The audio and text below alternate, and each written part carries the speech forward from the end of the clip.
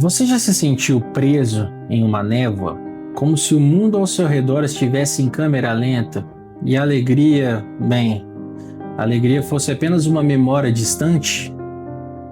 Não estamos falando apenas de um dia ruim, estamos falando de algo muito mais profundo que afeta milhões de pessoas em silêncio. Nos últimos anos, hospitais e pronto-socorros têm visto um aumento assustador de pessoas buscando ajuda para problemas de saúde mental. E no topo dessa lista está a depressão, que é uma doença que muitas vezes é mal compreendida, estigmatizada e, pior ainda, ela é muito subestimada. Mas então o que é depressão de verdade? Fraqueza? Falta de força de vontade? Absolutamente não. É uma condição real com bases biológicas que afetam o seu cérebro, o seu corpo e a sua vida. E hoje eu vou desvendar para vocês os mistérios por trás dessa epidemia silenciosa. Pensa nisso, em 2019, antes mesmo da pandemia, quase 275 milhões de pessoas foram diagnosticadas com depressão grave no mundo. Isso é um aumento ali de quase 60% desde 1990. É como se a população de um país inteiro igual ao Brasil estivesse lutando contra essa doença. E então veio a Covid-19, o isolamento, o medo, a incerteza e tudo isso jogou lenha na fogueira. Em 2020 a gente teve um salto adicional ali de 27,6% nos casos de depressão. Mais de 500 milhão de pessoas foram afetadas. É como se fosse um tsunami de sofrimento que a gente não pode deixar de ignorar. E não pense que isso está longe de você. Nos Estados Unidos, por exemplo, mais de 10% da população adulta enfrenta depressão a cada ano. E ao longo da vida essa porcentagem dobra, quase que 1 em 5 pessoas. Isso significa que provavelmente alguém que você conheça, ou até mesmo você, já sentiu ou sentirá o peso dessa doença. Mas quem são as pessoas mais afetadas? Os estudos mostram que mulheres têm o dobro de chance de desenvolver depressão ao longo da vida em comparação com os homens. E a idade média para o início do primeiro episódio são apenas 29 anos, sendo que 40% dos casos começam antes dos 20. Isso significa que os nossos jovens que deveriam estar vivendo a plenitude da vida são os mais vulneráveis. A segunda e terceira década de vida são os períodos de maior risco. Isso é um lembrete de que a depressão não escolhe idade, mas ela tem um impacto devastador justamente quando as pessoas estão construindo a sua vida. A depressão raramente tem uma causa única. Ela é como uma teia complexa onde vários fios se entrelaçam, aumentando a vulnerabilidade. Então vamos entender algum desses gatilhos invisíveis. Primeiro, temos fatores temperamentais, como o neuroticismo, que é aquela tendência de sentir emoções negativas com mais intensidade. Seguido dos fatores ambientais, que podem ser experiências difíceis vividas na infância, abuso, baixa renda, racismo, discriminação e eventos estressantes da vida, tudo isso que deixam marcas profundas em cada pessoa.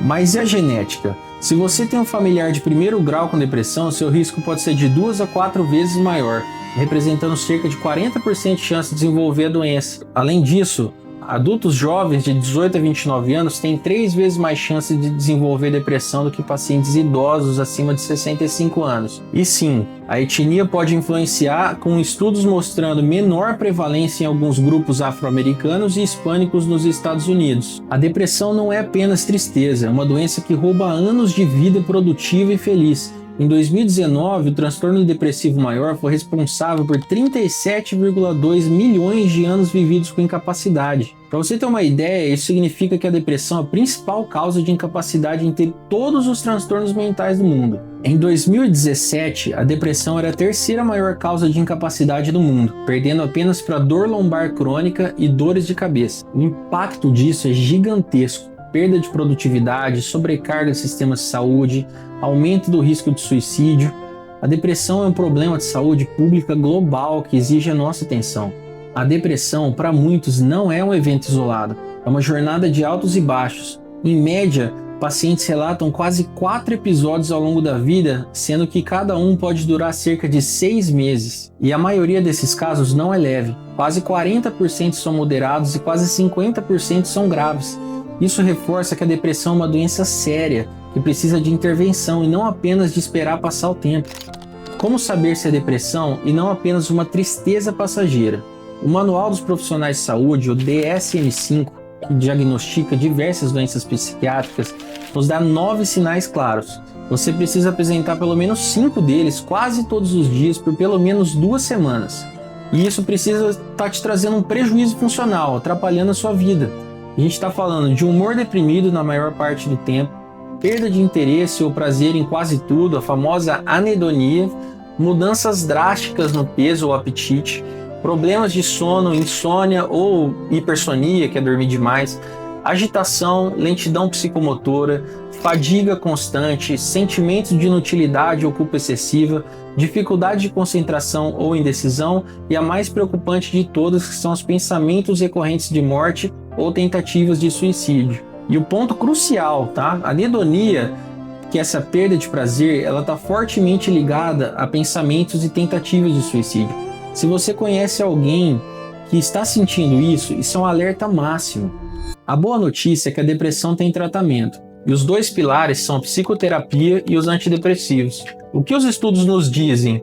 Sozinhos, eles são igualmente eficazes, mas aí que tá, quando combinados a eficácia é muito superior, especialmente nos casos moderados a graves. Pensa assim, a terapia te ajuda a reestruturar os pensamentos e comportamentos, enquanto a medicação ajusta quimicamente o seu cérebro, e juntos eles te dão uma força imbatível.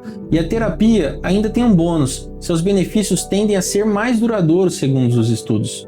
Bom, e quais foram os medicamentos mais eficazes? Segundo estudos robustos, foram apontados como medicamentos mais eficazes o escitalopram, a mirtazapina, paroxetina, venlafaxina e vortioxetina, sendo que, em contrapartida, os mais bem tolerados com menos efeitos colaterais foram a agomelatina, citalopram, escitalopram, fluoxetina, sertralina e vortioxetina. Eu sei que tem muito nome. Mas lembre, a escolha do tratamento é sempre individualizada e ela deve ser feita com um profissional, porque você pode sentir sintomas que são diferentes de uma pessoa para outra.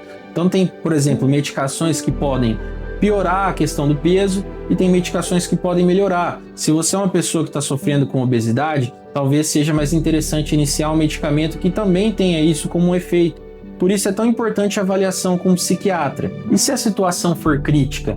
Se a depressão chegar a um ponto de emergência? No pronto-socorro, a primeira e a mais importante pergunta é: existe risco iminente de suicídio? Se a resposta for sim, a hospitalização imediata é crucial. É um ato de proteção que reduz o risco a curto prazo. Mas se a resposta for não, um plano de segurança pode ser ativado, como acionar familiares, limitar acesso a meios perigosos, intensificar a terapia com o psicólogo e oferecer também canais disponíveis de apoio. O pronto-socorro é muitas vezes a primeira e a mais importante porta de entrada para quem está em crise, onde a segurança é restabelecida e o caminho para a recuperação começa a ser traçado. Você não está sozinho nessa luta.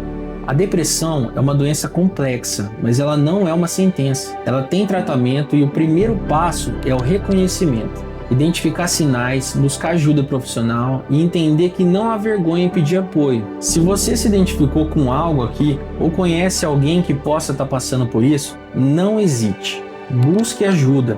Compartilhe esse conhecimento, porque reconhecer a depressão é o primeiro passo para salvar uma vida.